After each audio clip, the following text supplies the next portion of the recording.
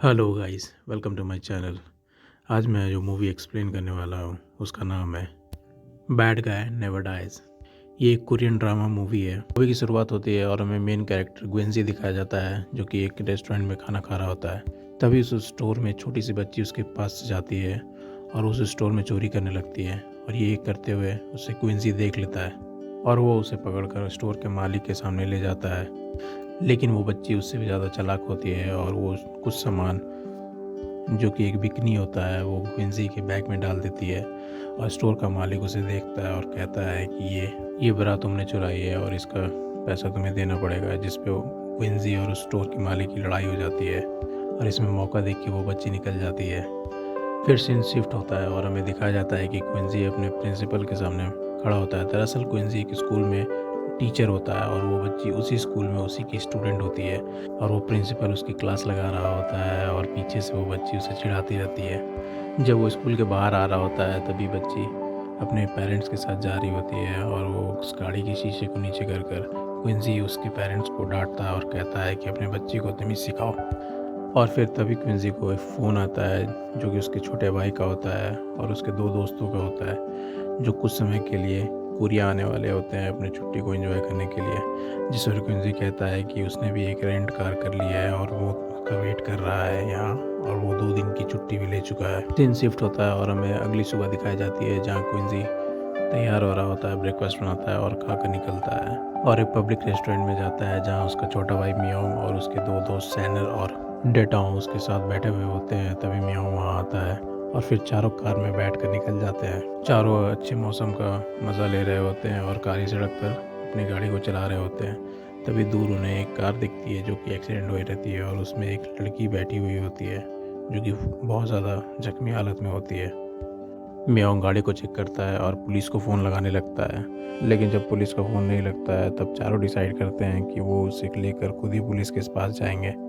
और वो गाड़ी के अंदर से उस लड़की को खींचने लगते हैं। पर सैल्टन को पीछे वाली सीट पर एक उसका बैग दिखता है जो कि वो भी रख लेता है। पांचों मियाओ की गाड़ी से पुलिस स्टेशन के रास्ते निकल जाते हैं पर उन्हें बीच सड़क पर ही पेट्रोलिंग पुलिस दिख जाती है और वो सारे उनके पास चले जाते हैं।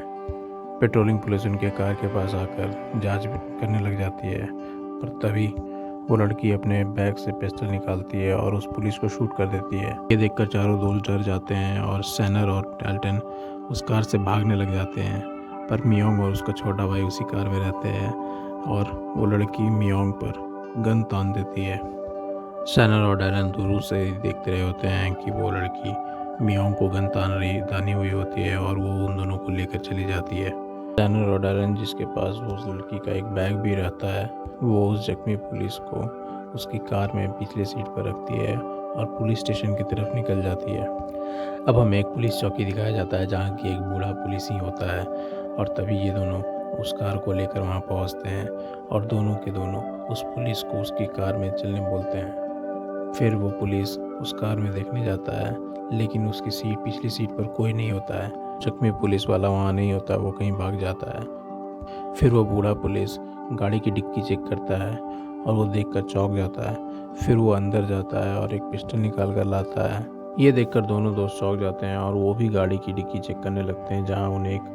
दूसरा इंसान दिखता है जिसके हाथ पैर बांधे हुए होते हैं और तभी वो बूढ़ा पुलिस उन पर गोली चलाने लगता है और फिर ये दोनों दोस्त डेल्टन और सैनर डर कर वहाँ से भाग जाते हैं। फिर सीन शिफ्ट होता है और हमें मियोंग और उसका छोटा भाई दिखाया जाता है जिनके हाथ और पैर बांधे हुए होते हैं और उनके मुंह पर टेप होता है और वो लड़की उन दोनों का पासपोर्ट जला रही होती है। फिर वो लड़की मियोंग के पास आती है और उनसे कहती है कि तुम्हारे दोस्तों के पास मेरा पर्स है, अगर वो पर्स मुझे नहीं मिला तो मैं तुम दोनों को मार दूंगी। जिस पर मियोंग डर जाता है। फिर सीन शिफ्ट होता है और हमें डेल्टन और सैनर दोनों मिलकर उस लड़की का पर्स को चेक कर रहे होते हैं जिसमें उन्हें 2 बोर्ड टिकट मिलता है और एक चाबी भी मिलती है उसी बोर्ड टिकट के लॉकर रूम की।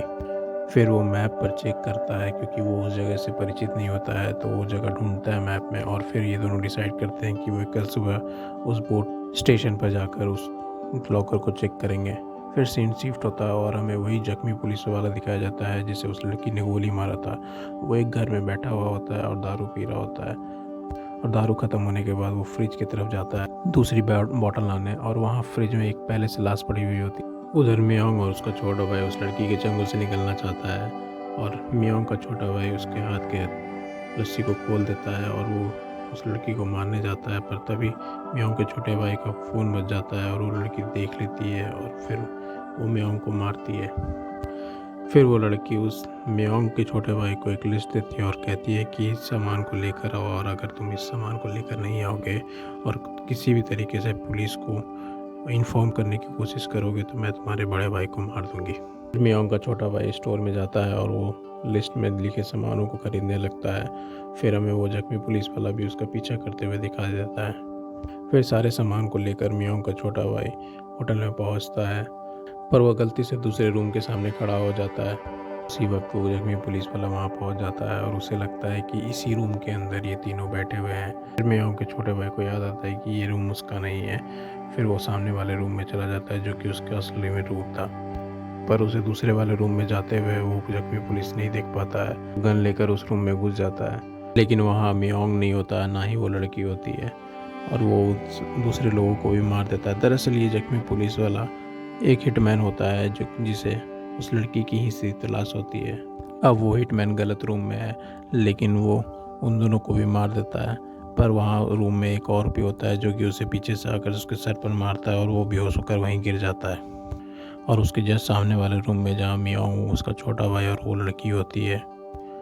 वो लोग भी चैन से सो जाते हैं। अगली सुबह सैनर और डैलन उसी बोट स्टेशन पर जाते हैं। उधर मियोंग और उसका छोटा भाई उस लड़की को कन्विंस करने में लगा हुआ होता है कि उनका दोनों दोस्त डैलन और सैनर पुलिस स्टेशन कंप्लेन करने बिल्कुल पक्का जाएंगे, जिस पे उन दोनों को पकड़ लिया जाएगा और हम फिर उनसे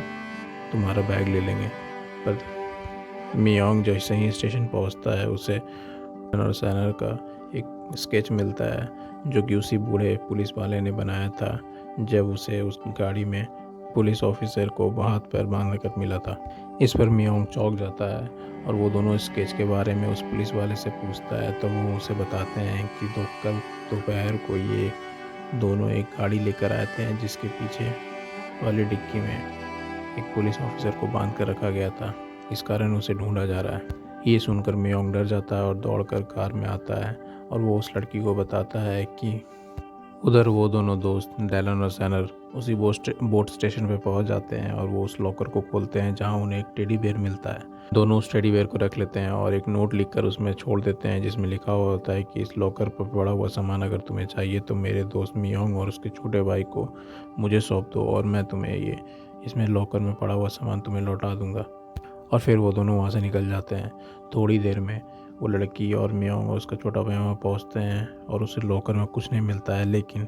वो पर्ची मिलती है और वो पढ़ लेते हैं उस पर्ची को। फिर हमें वो लड़की एक स्टेडियम में दिखाई जाती है जहाँ वो एक वॉकी टॉकी पर एक आदमी से बात कर रही होती है और हमें यहाँ पर उस लड़की का नाम पता चलता है जो कि नाम होता है जियोंग, और वो एक बच्ची के बारे में पूछ रही होती है जो कि उसकी नेफ्यू होती है जिसका नाम मिरांग होता है। हमें पता चलता है कि ये लड़की भी कोई कातिल नहीं होती है, दरअसल इसकी एक नीस होती है जिसका नाम मिरांग होता है और वो उसे किडनैप कर लिए होते हैं और वही उनसे ये काम करा रहे होते हैं, जिस पर वो वॉकी टॉकी पे उसे कन्विंस करने की कोशिश करती है कि लॉकर में पड़ा हुआ सामान इस दोस्तों के पास है और मैं कल सुबह किसी तरीके से उस सामान को लेकर आ जाऊंगी, प्लीज़ उसे परेशान ना करें। पर वॉकी टॉकी पे मौजूद आदमी उसे फिर से धमकाता है, इस पर उससे वो एक दिन की समय मांगती है और जो वो लौट के कार के पास जाती है तब उसे दिख मियोंग वहाँ नहीं है। पर वो लड़की बहुत गुस्सा हो जाती है और कार की सीट पे मारने लगता है, लेकिन उसे फिर रियलाइज़ होता है कि उसका छोटा भाई उसके कब्जे में अभी भी है जो कि घर पर बंधा हुआ है। फिर हमें दिखाया जाता है कि मियोंग एक पुलिस वाले से मिलता है जो उसे बता रहा होता है कि वो एक बहुत बड़ी गैंग की सरताज है और वो उस पूरे गैंग को पकड़ना चाहता है, जिसके लिए वो उसे खबरी बनाना चाहता है। और वो उसे कहता है कि वो उस बूढ़े वाले पुलिस के पास फिर से जाए और उससे पूछे कि वहाँ क्या वो लड़की फिर से आई थी। और जब वो वहाँ पहुँचता है तब वो लड़की वहाँ फिर से आ जाती है और उसे पकड़ लेती है और वो लड़की मियोंग को लेकर एक जंगल में जाती है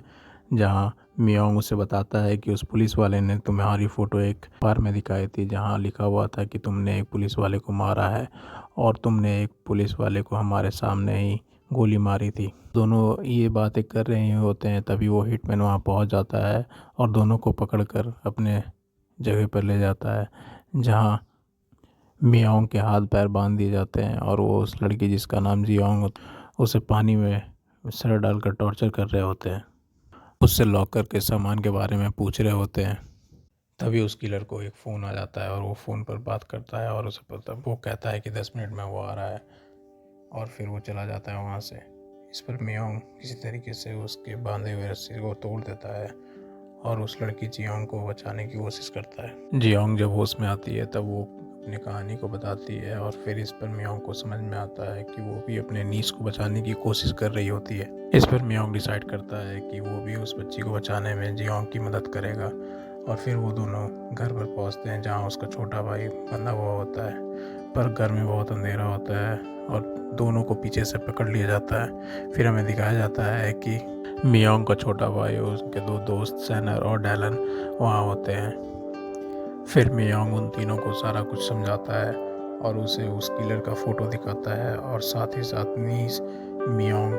की भी फ़ोटो दिखाता है जो कि वही होती है जो मूवी की शुरुआत में हमें दिखाया जाता है, जो कि उसकी स्टूडेंट भी होती है। फिर पांचों मिलकर उस टेडी बेयर को खोलते हैं और उन्हें समझ नहीं आता है कि इस टेडी बेयर में ऐसा क्या है जो किडनैपर को चाहिए होता है, लेकिन उस टेडी बेयर में कुछ भी नहीं होता है। वो उस टेडी बेयर को बिल्कुल ही फाड़ देते हैं, लेकिन उसके अंदर से सिर्फ एक कॉटन और रुई निकलती है और कुछ भी नहीं। पांचों मिलकर प्लान बनाते हैं कि डैलन सैनर और मियोंग का छोटा भाई तीनों मिलकर एक पुलिस के पास जाएंगे और इधर मियोंग और जियोंग लाइट हाउस में उस किडनैपर से मिलने जाएंगे। फिर वो फ़ोन करती है और कहती है कि लॉकर में पड़ा हुआ सामान उसे मिल गया है और वो लाइट हाउस के पास आकर मिले। जियोंग लाइट हाउस के पास अपनी नीस का वेट कर रही होती है, तभी नीस अपने किडनैपर के साथ वहाँ पहुँचती है, लेकिन किडनैपर उस लॉकर में पड़े हुए सामान के बारे में पूछ रहा होता है। तो वो उसे बहुत कोशिश करती है कि वो उसे बताए कि लॉकर में कुछ भी नहीं मिला है, लेकिन किडनैपर पैनिक हो जाता है और वो गोली चलाने लगता है और तभी मियोंग वहाँ आ जाता है और वो जियोंग और उसकी नीस को पकड़कर लाइट हाउस के अंदर चला जाता है। तभी वो हिटमैन भी वहाँ पहुँच जाता है और वो स्नाइपर से उस किडनैपर को भी गोली मार देता है और अगला निशाना मियोंग के ऊपर साध देता है और वो फिर उस लाइट हाउस की तरफ आगे बढ़ने लगता है। पर तभी मियोंग का छोटा भाई और सैनर और डैनन एक पुलिस ऑफिसर के साथ वहाँ पहुँच जाते हैं और वो उसे कार से धक्का दे देते हैं और सैनर को उसके हिटमैन के पास से ही एक और उसी लॉकर की चाबी मिलती है, लेकिन दूसरे लॉकर की होती है। और सैनर और डैनन जाकर उस लॉकर को चेक करते हैं और वहाँ उन्हें एक ब्रीफकेस मिलता है जहाँ वो पैसों से भरा हुआ होता है। पुलिस उन चारों को भी छोड़ देती है और मियोंग और उनकी नीस को भी। जियोंग और मियोंग उस बच्ची को अडॉप्ट कर लेते हैं और उनका छोटा भाई और उनके दो दोस्त सैनर और डैलन ने सारे पैसे को इक्वली बराबर बांट देकर उस लाइफ को एंजॉय करने लगते हैं और ये मूवी यहीं पर ख़त्म होती है।